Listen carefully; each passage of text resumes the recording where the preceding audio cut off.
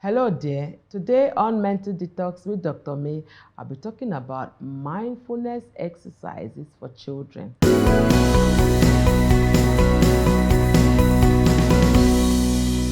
Teaching children about mindfulness can result in some big benefits related to attention, mood, and socially appropriate behaviors. So here are some exercises to help us parents, teachers, and anyone else who works with children bring mindfulness into their lives. Let's deep dive into the different exercises. Number one, the feeling exercise. Here, collect a number of interesting objects such as feathers, puffers, stones, or anything else that may be interesting to hold. Give each child an object and ask them to spend a minute just noticing what it feels like in their hands. They can feel the texture, if their object is hard or soft, and the shape. Afterwards, ask the children to describe what they felt. With bigger groups, pair children off to take turns completing the exercise together. That is the feeling exercise. How do they feel when they held that feather? Soft. Let them describe how they feel. Such a good icebreaker and such a mindfulness exercise. So when they see such things outside, they begin to appreciate them. Number two, the seeing game. Ask the children to spend 1 minute silently looking around the room. Their goal is to find things in the room that they have never noticed.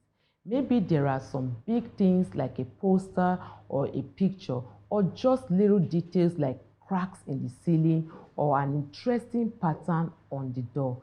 After the minute is up, ask the kids to share the most interesting new things they notice.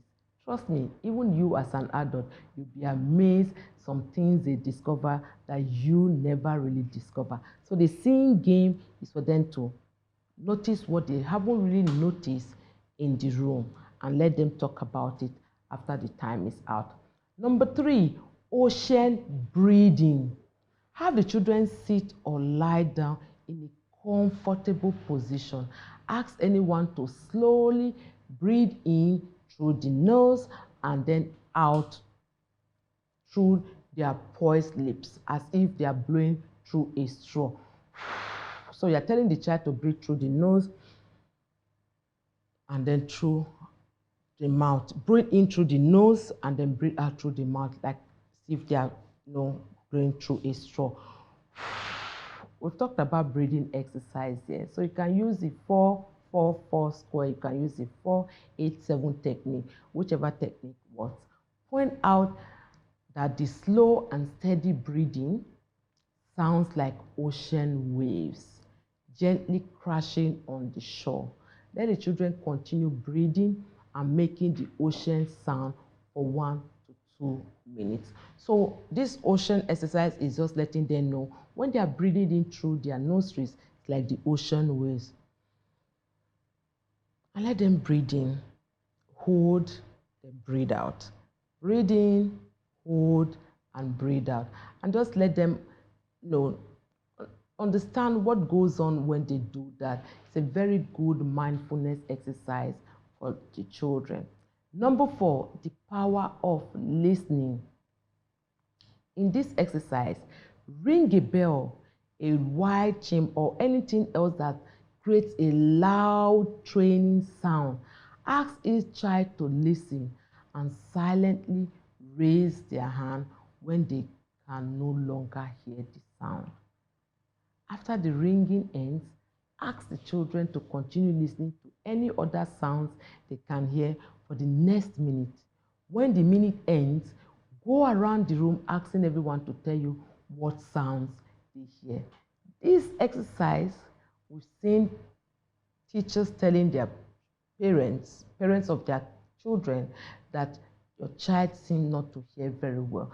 It's such a mindfulness exercise that you may just think it's just okay for the child, but it has been used to discover some accidental other health challenges. So what we are trying to say here is to make a very loud sound that is training, and then let the children listen. After then, You let them listen to any other sound around in that environment, and then you ask them what they heard. You may be blown away with some of their answers, but that is left to you. Have fun while doing that. Number 5, build a stress ball. If you are feeling brave and are prepared to clean up a mess, provide the children with balloons, flour, and funnels to build their own stress balls. You may want to double layer the balloons for them. What you are going to do in this exercise is that some other filling options include like rice, small beads, or leftover dots from punch papers. So what you do is that you let the children, once the children have built their own stress balls, try using them with the filling exercise. You know, we talked about the filling exercise earlier, where you give them stone, feather, something to hold, and you let them hold it for a minute and examine it and know and tell you how they feel. You know, notice anything about it, the texture, how they feel in their hands. So let them build their own stress balls, balloons, and give them things that they can fill it up with. It can be rice, can be anything, and match it up with that very first exercise of feeling. But let them feel, you know, what is that, this stress ball? How does it feel? Is it feeling full? Because you are giving them things like flour, rice, any beads, anything, and then they will tell you what it feels like at the end of the day. Number 6, the body squeezing exercise. This is another powerful mindfulness exercise for children. Have the children sit or lie down in a comfortable position. Ask them to squeeze and relax each muscle in their body one by one. They should hold each squeeze for about 5 seconds, and after releasing the squeeze, ask the children to pay attention to how it feels when they relax. Children understand this exercise better if you help them visualize how they can squeeze a particular muscle using imagery such as the following. So this is how you can help them achieve this exercise. You are going to help them visualize it using imagery. And this is how imagery goes. Coil your toes. So your feet, my feet are on the floor now. Tell them to coil their toes tight, like you are picking up a pencil from the feet. Tense the legs by pretending like you are standing on your tippy toes, trying to look over a fence, right? The third aspect is suck in your stomach as if you are trying to slide through a narrow opening. The fourth aspect of this is make fists with your hands and pretend like you are trying to squeeze all the juice out of an orange. The fifth part is pretend like a bug landed on your nose and you're trying to get it off without using your hands. Try to squash your face and move your jaw to make it fly away. This is imagery that you use for them to be able to actualize this exercise. So they squeeze their toes as if they're picking up pencil from the floor, stand on the tippy toes as if they're watching over to the other side of the fence.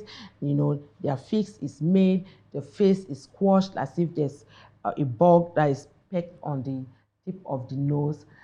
It's a good way to see how they can, you know, squeeze, and then when they relax, like for example, if they fix on the, you are making a fist now, make it for a few seconds and then relax it.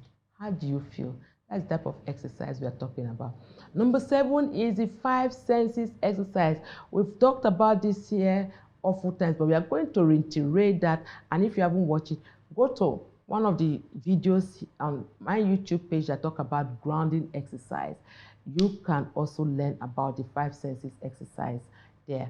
Take the children outside if the weather is nice. It's a very good way. Rather than put them in the living room, take them outside if the weather is favorable and nice, and have them lie silently in the grass. Begin to call out each of the 5 senses in turn: the sight, the smell, the sound, the taste, the touch. And ask the children to notice everything they can with that particular sense until you call out the next one. So you can start with the, what can you see around you? What can you hear? What can you feel? You know, each one until you call the next one. Let them focus on that particular sensory modality. This exercise can also work well on walks and in a number of other situations.